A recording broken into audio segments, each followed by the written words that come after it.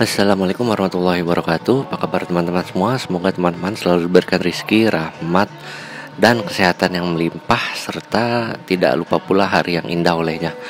Guys, masih dengan Papi di sini. Kali ini gua ngebahas apa ya? Mungkin teman-teman bisa lihat di layar gua sekarang. Ya, betul banget nih guys. Harga Bitcoin itu bertahan bagus banget dari pertama kali gua main di bulan Oktober ya. Maksudnya main dalam cryptocurrency mining ini. Harga Bitcoin tuh kemarinan itu sempat nembus 40.000 dolar ya guys, satu koinnya. Dan sekarang lagi bermain terus di range tersebut. Kali ini di hari ini pada 5 Februari berada pada posisi 37.000 dolar, 611,63 dolar satu Bitcoinnya. Kemudian harga Ethereum juga lagi bagusnya guys. Beberapa kali si Ethereum ini mencetak all time high yang barunya atau ATH. Di sini juga mungkin bisa teman-teman perhatikan, sepertinya memang ya di koin-koin yang lainnya itu kayak koin-koin yang kecil ini, share-nya ini yang dominansinya kecil kan. Kalau Bitcoin dominansinya besar banget nih guys, 61,24%. Karena wajar aja sih, secara Bitcoin adalah cryptocurrency pertama yang terbit. Kayak Doge ini juga gue perhatiin, ini di beberapa YouTuber juga banyak banget yang ngebahas kalau lagi potensi semuanya akan naik. Seperti ada XRP ini juga lagi hijau-hijau semua nih. Begini, kemudian sekarang kita beralih ke what to mine. Hari ini sebetulnya gue mau buat video mengenai sharing berapa sih pendapatan yang gue peroleh dari mining cryptocurrency hanya dengan memiliki speed unyu-unyu lah. Speed untuk mining ETH gue unyu-unyu banget, hanya 250 MAS, kurang lebih segitu. Dengan wattage-nya di wall-nya mengkonsumsi daya PLN-nya si rignya itu berada di kisaran 650 watt. Teman-teman bisa buka di sini, misalkan teman-teman yang belum tahu kira-kira misalkan gue mau beli kartu ini berapa ya perkiraan hash rate-nya dan berapa perkiraan pendapatnya, teman-teman bisa buka website di What to Mine aja. Kemudian di sini kan ada banyak list VGA nih. Nanti teman-teman bisa pilih ini. Misalkan teman-teman punya 580 ya, 580-nya teman-teman ubah dulu. Misalkan sekarang ada 0, kemudian misalkan teman-teman punya 6, tinggal klik aja di tulisan 580-nya ini, nanti semuanya akan otomatis terkalkulasi.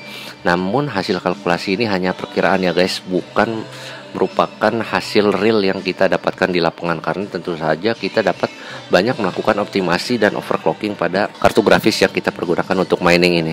Coba kalau gue rubah dulu sebentar ke yang tadi awalnya itu. Nah, ini untuk speed gua 254 MAS lah ya. Untuk settingan 2 5701. Nah, di sini kan nggak ada 1660 super nih, makanya gua pakai 1660 Ti aja karena hash rate-nya juga nggak beda jauh. Terus di sini juga gue setting untuk 3060 Ti-nya.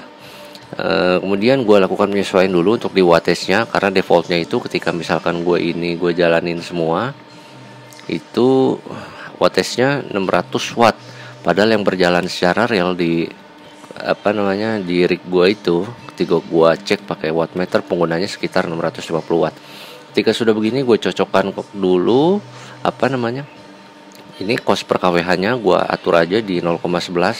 kemudian kita klik calculate. Nah, di sini teman-teman bisa lihat perkiraan koin apa saja hasil dari what to mine dengan speed ETH gini, dan speed untuk algoritma yang lainnya diperkirakan oleh What to Mine adalah sekian-sekian ini nilainya. Maka What to Mine akan memberikan rekomendasi koin yang cocok atau diurutkan berdasarkan keuntungan. Untuk kali ini emang gue kan dari awalnya mining di NiceHash ya guys. Tapi udah gue perhatiin itu sebetulnya dari awal Januari ini Ethereum kayaknya bakal mendominasi di beberapa bulan ke depan.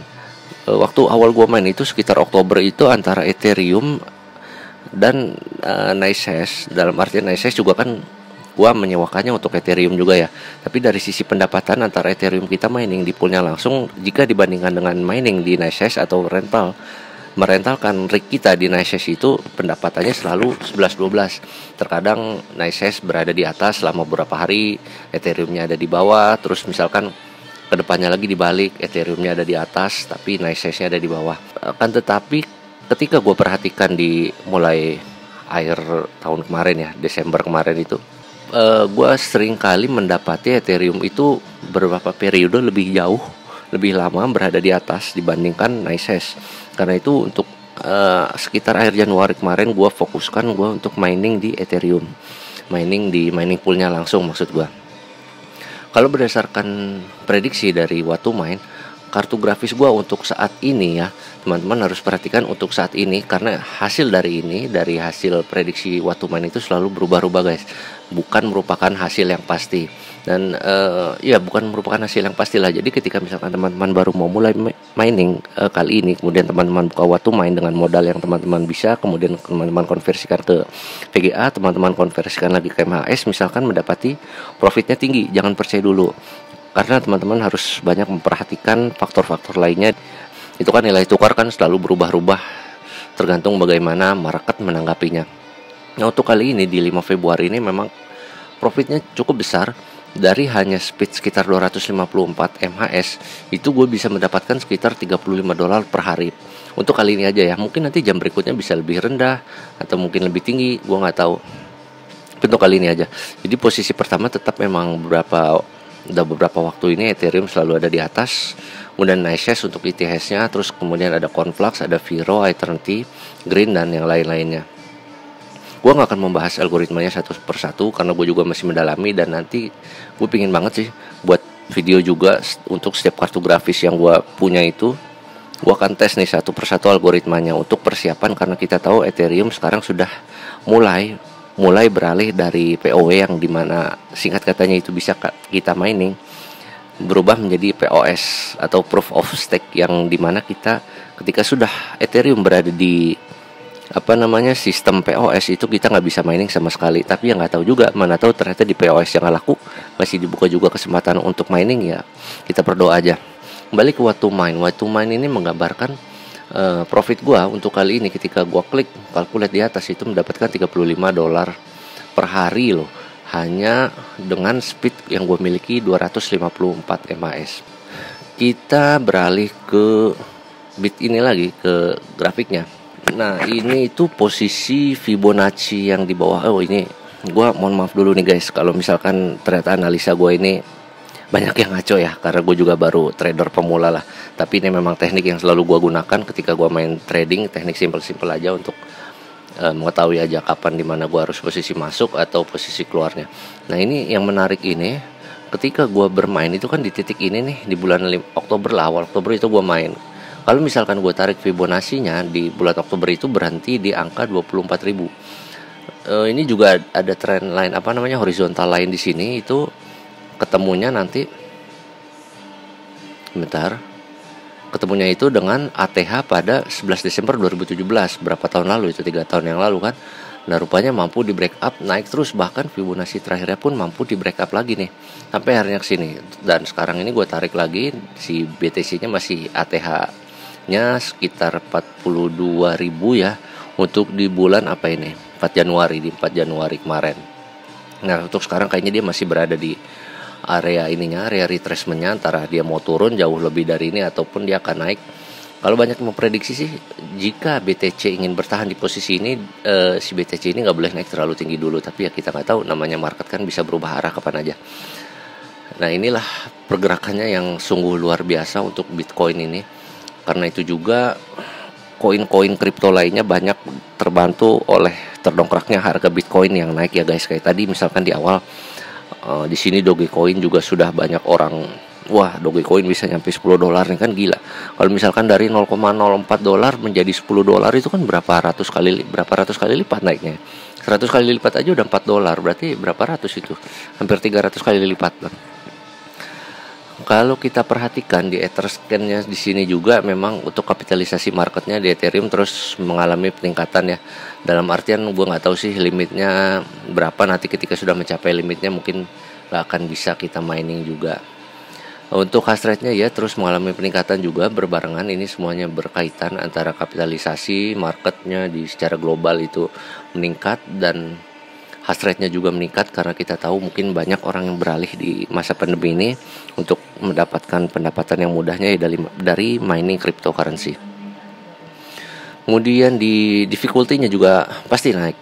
Difficulty naik Kemudian hash rate-nya juga naik, makin banyak yang terjun, dan kapitalisasinya juga mungkin makin naik. Nggak banyak bacot lagi, gue langsung aja inilah yang pendapatan yang sudah gue peroleh mulai dari Oktober kemarin ya. Gue emang mulai itu hanya dari satu GPU yaitu AMD yang seri RX 5700-nya, pelan-pelan gue tambahin karena gue melihat potensi yang lumayan nih di kripto, terutama untuk di 2021 ini.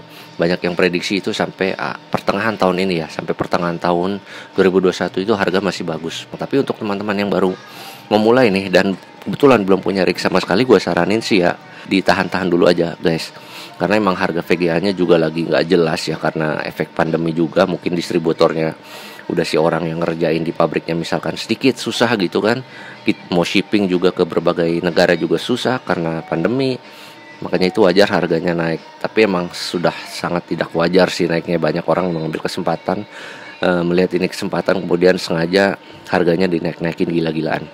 Jadi menurut gue teman-teman tahan dulu aja.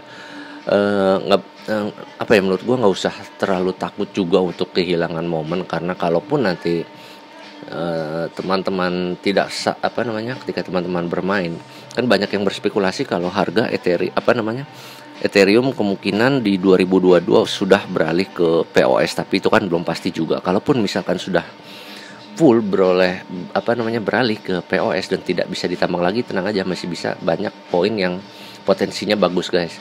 Karena misalkan sudah nggak bisa ditambang, kita nggak ada yang tahu nih Ethereum itu nilainya bakal tinggi apa rendah gitu kan. Kalau misalkan Ethereum bakal rendah, ini banyak banget koin-koin yang potensinya sangat bagus juga untuk naik, kayak misalkan Conflux ini. Terus ada Green juga, banyak lah. Saya juga akan coba buat videonya untuk per setiap PGA, kira-kira untuk algoritma ini bagaimana settingan overclocknya. Oke, kembali lagi ke Excel ini. Nah, untuk di Oktober emang pendapatan gue nggak banyak, hanya 345.000, karena harga BTC-nya juga waktu itu harga jualnya hanya 198 juta, dan VGA gue juga belum banyak ya. Dari pertanggal 17 aja nih gue masih satu semua. Kemudian berangsur-angsur gue tambahin nih, 1 5.700 dan 1 5.600 XT. Kemudian di sini 5.600 XT-nya gue tambahin jadi 2. Di sini itu parameter-parameter yang gue pakai ada biasa tahun, bulan, tanggal, coin type-nya, koin nih, harga exchange ketika gue jual. Jadi di kolom yang gue kasih tanda seperti ini, gue warnain menjadi oranye. Ini adalah hari dimana gue terima payout dari NiceHash, sudah bisa di withdraw, karena besaran NiceHash withdraw itu 0,01, lumayan besar juga. Dan hari itu juga biasanya langsung gue jual, karena gue bukan tipe orang yang suka nge-hold cryptocurrency. Jadi strategi gue itu gue jual kriptonya, habis itu gue beliin emas saja. Kalau nggak gue beliin emas, gue beliin perak. Menurut gue emas dan perak investasi yang lebih jelas. Kemudian di sini juga banyak parameter lainnya, ada estimasi jam kerja ini, karena gue bukan tipe orang yang selalu ngegas rig gue juga. Jadi terkadang seminggu itu sekitar 2 atau 3 kali gue matiin. Per gue matiin itu gue istirahatin rig gue sekitar antara setengah sampai 1 jam. Sebenarnya ini pendapatan bersih yang gue masukin di sini itu nggak tepat banget sih guys, karena nanti ada beberapa faktor lagi. Terutama ketika gue withdraw itu kayaknya gue banyak melakukan kesalahan kemarin. Dalam artian gimana ya? Gue nggak tahu sih. Karena untuk Ethereum gue juga baru mulai Februari ini, nanti kita lihat aja perbandingannya gimana. Kalau di NiceHash itu yang gue permasalahkan itu ketika gue narik withdraw ya, kan gue mining rentalin rig gue di NiceHash, kan kita dibayar dengan Bitcoin ya. Bitcoinnya itu pertama-tama ke store dulu di wallet defaultnya punya si NiceHash, walaupun memang bisa kita rubah ke wallet yang di luar itu bisa, tapi perkiraan gue itu bakal lebih lama untuk masuknya ya. Karena itu gue store dulu di NiceHash, baru dari NiceHash gue transfer ke Coinbase. Ketika kita store dari NiceHash ke Coinbase-nya itu gratis guys. Cuman ketika dari NiceHash yang gue tarik entah ke exchange pintu yang sering gue gunakan atau Indodax, itu tarifnya lumayan gede. Antara ini memang tarifnya nggak pasti, gue nggak tahu, nggak hafal di hari-hari apa aja tarifnya itu murah. Cuman tarif paling murahnya itu kalau gue perhatikan nih, kalau yang gue perhatikan kemarin itu ada di sekitar 3%. Nah banyak juga yang gue alami, gue pernah sampai paling tinggi itu 7%. Gue kena potongan dari Coinbase, gue narik ke Indodax kalau gue ke pintu. Karena itu di sini gue buat potong rata aja sekitar 0,04 tarif withdraw dari Coinbase ke tempat yang lainnya. Karena perkiraan gue itu kesalahan pertama gue, harusnya kenapa nggak gue dari wallet wallet walletnya NiceHash langsung ke wallet exchange yang lokal aja ya, kayak Indodax atau misalkan Pintu, itu bisa sebetulnya nggak masalah. Tapi entah kenapa gue selalu ke Coinbase. Itu juga yang gue heran. Mungkin nanti ketika gue akan mining di NiceHash lagi, akan gue coba dari walletnya NiceHash langsung ketarik ke exchange yang lokal kita punya. Kurang lebih seperti ini. Nah, ini untuk Oktober itu gue masih dapat Rp345.000. Yang harus diperhatikan utamanya sebetulnya coin earn-nya, koin earned yang kita peroleh, koin yang kita peroleh selama sebulan itu. Karena kalau nilai tukar Rp345.190 ini kan tergantung dari setiap kali gua withdraw kemudian gua tukarkan ke rupiah, itu tergantung nilai tukarnya saat itu. Tapi yang gua peroleh jelas-jelas untuk bulan Oktober 0,004. Kemudian kita maju ke bulan November nih. November ini gua udah masih untuk beberapa periode di awal itu gue masih settingannya 1 5.700 dan 2 5.600, kemudian gue tambahin lagi 5.700. Ya masih sama sebenarnya settingan semuanya. Di sini teman-teman bisa perhatikan yang oren-oren ini di bulan November gue udah mulai banyak withdrawnya nih guys. Per 0,01 itu langsung gue withdraw aja pokoknya. Karena itu untuk total di bulan November itu koin yang gue dapat 0,008, naik 2 kali lipat dari bulan Oktober ya. Karena Oktober gue juga baru mulai nyoba-nyoba. Kemudian di Novembernya ini sudah mulai meningkat jadi 0,08, dan saldo akhirnya ketika di saat setiap WD 0,01 gue tukarkan ya segini hasilnya. Gue dapat 2 juta. 2 juta belum dikurangin inilah, belum dikurangin yang ini ya. Kemudian belum juga dikurangin listrik. Nah, kalau listrik gue hitungannya seperti ini guys. Ini di Oktober kan gue total 441, di November gue naik jadi 700 ya. Ini yang gue catat di sini adalah penggunaan listrik keseluruhan rumah guys. Jadi di sini udah ada biaya beban listrik, penggunaan listrik rumah tangga juga. Kalau gue hitung dulu listrik gue sebulannya paling banter paling mahal itu 300.000. Itu udah paling banter banget tuh. Itu kalau udah AC nyala mulu kan, gue jarang-jarang juga pakai AC. Nah ini pokoknya kalau gue rata-ratain listrik gue per bulan itu sekitar 250.000 lah. Karena itu misalkan kita lihat di bulan Oktober 481, jadi beban untuk miningnya itu hanya sekitar listriknya yang dikeluarkan untuk mining berarti sekitar 230.000. Dan kalau kita lihat profitnya di sini 345.000 ya, profit saldo akhir kotornya ya, sebelum ketika sudah dipotong listrik ya, berarti sekitar berapa tuh, 345 dikurangin 230 berarti sekitar 115 kan ya, 110-an lah, 110.000 dikurangi dengan penarikan ini, biaya penarikan ini sedikit, mungkin sekitar 90.000-an kali buat profit akhirnya untuk di bulan Oktober. Kita lihat kemudian untuk di Novembernya sekitar 2 juta ya, 2 juta terus 753. Coba kalau misalkan kita hitung aja.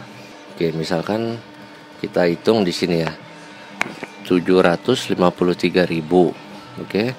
Dikurangin 2 juta 15. 2 juta 15.000 097 dikurangin berarti kan keuntungan sedikit bersih gua untuk bulan jangan 753 karena 250.000-nya itu punya rumah, berarti sekitar 500.000 ya. 503.000. Sekitar 503.000 berarti pendapatan ini 50.000 malah. 503.000. Nah, berarti bulan November gua itu dapat sekitar 1,5 juta dikurangi biaya ini ya. Biaya potongan withdraw tadi. Biaya potongan withdraw ini total untuk ini mungkin sekitar 200.000-an lah. 200 sampai 300.000 misalkan, hitunglah 300.000 biaya withdraw. Apa kegedean ya? Nggak nyampe segitu juga, mungkin potongannya sekitar 50.000 lah. Berarti perkiraan gue bersih untuk bulan November ini gue dapat di sekitar 1,3 juta untuk mayoritas VGA di 2 kali 5.700 dan 2 kali 5.600 XT. Kalau lihat teman-teman perhatikan di sini memang nilai tukarnya masih nggak bagus-bagus banget ya. Coba misalkan kita buka lagi ininya, perhatikan di sini di bulan November ya, memang masih berada di sekitar segitulah, antara nih 16.000 sampai ke 19.000 ya, 20.000 sekitar segitu, antara 14.000 seingat gue itu antara 14.000 sampai 20.000 sekian gitu untuk nilai tukar di bulan November. Karena itu November gue juga dapatnya segini. Tapi kali lagi yang kita perlu perhatikan sebetulnya adalah daily coin earn-nya, koin yang kita peroleh secara total. Karena kalau nilai tukar, kalau misalkan gue hold semuanya itu dan kemudian gue tukarkan sekarang, mungkin gue akan jauh lebih banyak duitnya ya. Tapi itu ya namanya prinsip aja, gue nggak nggak terlalu seneng hold crypto ini.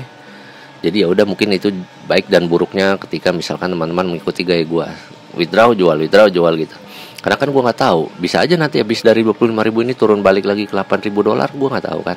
Karena itu gue main aman aja, main gak amannya gue cukup di forex aja. Kemudian kita beralih ke bulan Desember, mayoritas masih di dua settingan ini. Kemudian gue tambahkan waktu itu ada 3060 Ti 1, habis itu gue jual RX 5600 XT nya, gue jual 2 biji, gue gantikan dengan RTX 3060 Ti dua-duanya.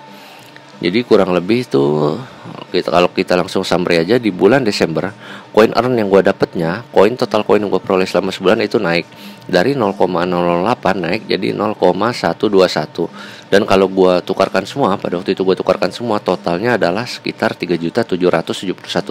Kemudian misalkan kita hitung di electricity-nya sekitar 820.000, misalkan kita hitung 820.000 kita kurangi dulu 250.000, berarti sekitar 500 lah ya, 500.000 ya, 500 benar kan, 570.000 sekitar 570.000. Kemudian dikurangin tadi pendapatannya itu 3.771